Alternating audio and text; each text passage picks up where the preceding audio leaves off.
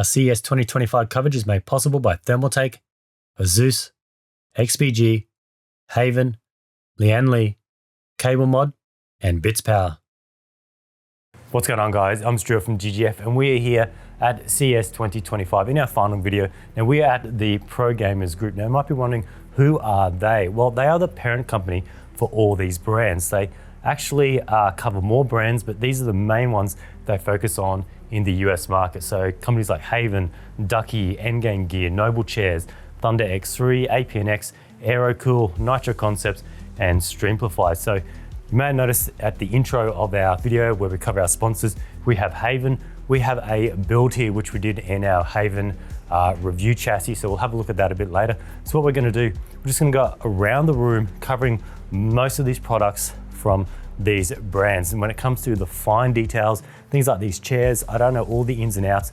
They don't have too many spec cards on these, so I'll put the links for all of these products in the YouTube description, and then you can just go crazy, check out the ones you like on the websites, because most of all of this gear is available, so you can see what they have on offer. So starting with these chairs here, I don't know the names of these. There's no sort of naming above them. I'll put the names in the actual YouTube video with some text over the top. So these first two are from Thunder X3. Very fabric-y type chairs, all of these ones here. So it looks like fabric seems to be getting more popular these days. And we have lumbar support here. I do like these colors. These contrast nicely. These are definitely your more ergonomic chairs. Now, I know when it comes to gaming chairs, there's always that bit of a gray area where people much prefer ergonomic style chairs. Over here, nice headrests that can move, that can go up and down. And then we have some more around the back, which I won't show.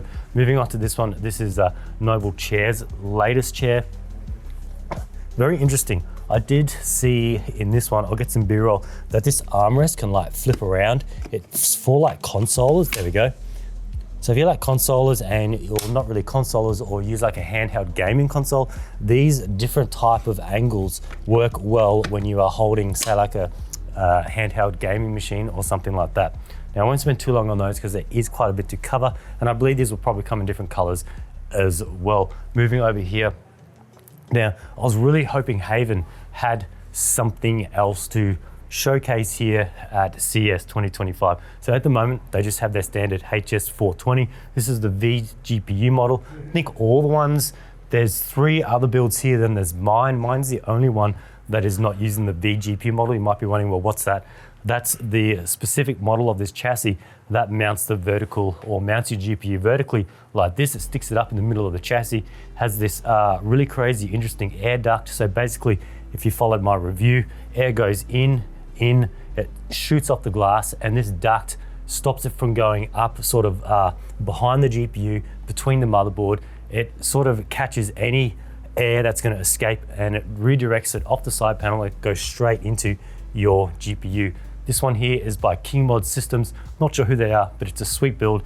Then they've done this custom light panel, which looks really nice. And for those who aren't familiar with the Havn HS420, they actually offer a VESA mount for the back radiator spot. So a VESA mount, it does like the 50, the 75 or so on VESA, and you can mount any standard like 13-inch screen. This is a little bit different. This looks like a custom acrylic panel with some sponsors etched in, and then it's got some RGB lighting. So that's in the white chassis there. Now it looks like this one over here, looks like they've collaborated with, or Shroud and Main Gear have now collaborated with Havn, and they've got their own model coming out. Now this looks pretty sweet.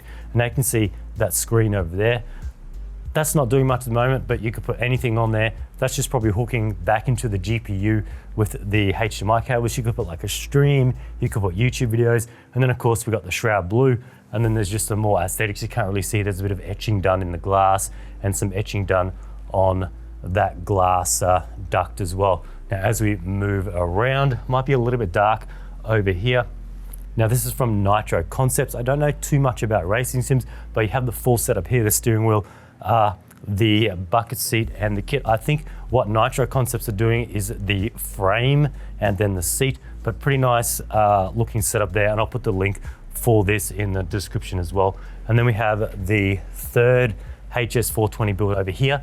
This is also from KingMod Systems. This is a custom loop, very nice looking system. You've got a distro plate there, and then we have the vGPU model there.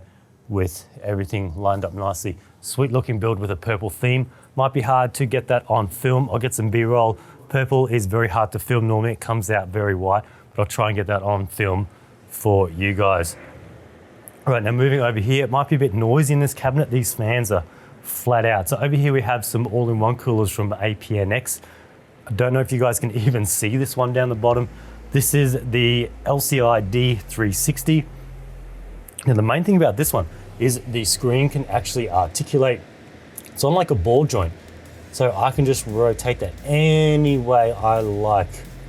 Obviously you're not gonna go too crazy in the movement because the tubes are there, and then I can spin that around. So that is a 4-inch IPS LCD screen.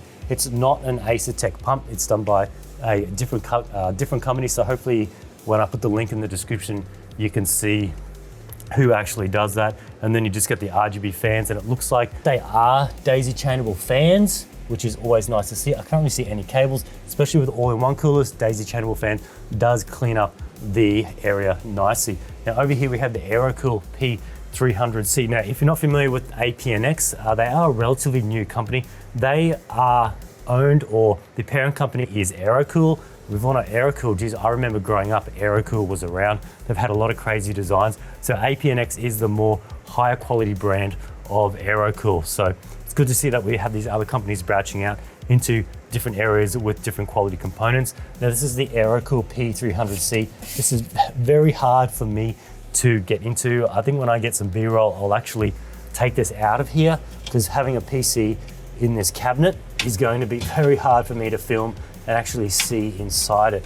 Let's have a look at this. This slides. Now I just got that side panel off. As you can see, some of the specs here, mini tower chassis, it looks like it does support up to EATX, which is pretty cool because this case is very, very small. I wouldn't say it's anywhere near to an ATX size case. Looks like I have 360 down the bottom, 360 at the top, and then 240 on the side. Curved glass is going to be very hard to see that. Because of that, it looks like it's not back connect, because I wouldn't really expect that in a chassis this small, because back connect, you're going to have a lot more holes, and you need kind of a larger motherboard tray to do back connect, because you need to have cutouts for your standard motherboard connectors for non-back connect, because that's going to be the priority, and then you need those extra holes for those back connect boards. Now let's just close that up. There are some more keyboards we want to cover from Ducky, but I've got some over here. I might show some B-roll on that one. Now moving over around to this setup here, might be a little bit glary. Probably gonna see me twice in this monitor, because this whole setup is from Streamplify. They do a full streaming setup. So the main products here, we have the mount arm, which of course is this. I don't think it's secured too well to the desk, so I don't really want to rip that off, but kind of a different looking arm than what we're used to. The main difference is it looks like we can just slide in different type of components, like threaded components for like camera equipment, for the streaming equipment, so you can mount something else on top of here. They have their Cam Pro, which I believe is this one up here, and then they have their Mic Pro, which is a very beastie looking microphone. Now once again, instead of me trying to read all this information, I'll throw the descriptions, or I'll throw the link in the description so you can check all that up. But looks like it's got a lot of features on the top. It's got touch control. I can just push that, it'll mute it, and then you have your volume control and so on. Another area I want to cover is APNX are pushing their V1 chassis. I recently did a build in that one. I think I used that gray black coolant. Now this one here is in collaboration with Trix. We all know Trix has that wraparound cooler, and this is also in collaboration with Link Plus, I believe. Now if you look at this mad looking, I don't know what it is, it's a water block, custom water block from this company called Link Plus, and it's got a screen built into it. Now this awesome looking build is done by the modders called Liquid House. It is very, very vibrant. We all know the guys from Liquid House do that awesome, I would say, braided tubing. They've added some clamps along here, and then they've themed this on the old school Quack Hunt, and it just looks really nice. I really wanted to review that chassis because it is a little bit different the way they did things like the cable grommets. Just some other quality of life features they've done on this chassis is nice, and it also comes in at a affordable price tag as well. Over here we have some Ducky keyboards. Now we all know Ducky do those crazy patterns and crazy designs on their keyboards for a very long time. So last year we had Year of the Dragon. Geez, this one is heavy. Year of the Dragon, Very nice looking keyboard. Once again, I won't go too much into all the switches, anything like that. The design on here is really nice, and this is solid aluminum, nice looking keyboard. Now you might be thinking, well, that was last year. What is it going to be this year? Now these are always limited edition. This one here is Year of the Snake. Very nice looking keyboard. I'll get some close-ups on that as well. And then you have the little plaque on the back there. So yeah, every year they do that special run. I think one year I got Year of the Rat, which was a bright green one. Very nice looking keyboard. This one here is a Doom themed keyboard. It's going to be hard to see that pattern on there, but yeah, definitely Doom. And then you have the Ducky Doom on the side. Another keyboard I do want to show is the one a little bit around behind me. It is a brand new one that Ducky have. It's called the Ducky One X. Now, I don't really focus too much on keyboards in my channel. I do love using a lot of different keyboards. I just like different aesthetics, and I do like to blend in different keyboards and mice when I'm doing my different setups. So whether I'm doing a desk build, whether I'm doing a theme build, like an all white build, an all black build, something like that. Because I always think when you're trying to showcase a case off like this, it's always good to have a keyboard and mouse. And just by coincidence, this is the Havn build that I did in my review. Very nice looking system there. I've gone with that yellowy orangey theme with the coolant, something nice and subtle, something nice and pleasing. And the guys here in this suite have paired it nicely with this white gear. We'll move this one just out of the way, but as you can see, this keyboard actually has that orange enter keycap, but this is the Ducky One X. It uses a similar switch as the Hall Effect. You all know Hall Effect is the latest rage for the new switches. It's running an analog one, but they say it's even better. So I don't have too much information on that, but oh, this is a solid keyboard. It is wireless. Get some close-ups on this. Bluetooth, wireless dongle isn't plugged in. Plug that in your PC, and then it does have the USB as well. This is a heavy keyboard, and it may, I wouldn't say may, it probably does come in different colors as well. Of course, this is your white one here. Now, lastly here, we have some peripherals from Endgame Gear. Now, I was at their suite last year having a look at their products. Now, I haven't really used them before then, but the guys sent me one of their mice and one of their keyboards as well. And this was brand new back then, hot off the market, because it was their Hall Effect. Now, this thing is decent when it comes to weight. It's a nice looking little keyboard. That's the KB65HE, HE for Hall Effect. But what they're really sort of known for is all of their mice. So they have a lot in the wireless and then the non-wireless. So it looks like their wireless are doing up to 4K for their polling rate. And then the corded mice, which obviously the ones that all have the cord attached, are doing the 8K for the polling rate. But some things I do want to cover is, it's going to be hard to see from here. I'll get some close-ups, are the aesthetics on these mice. These have sort of a translucent case to them.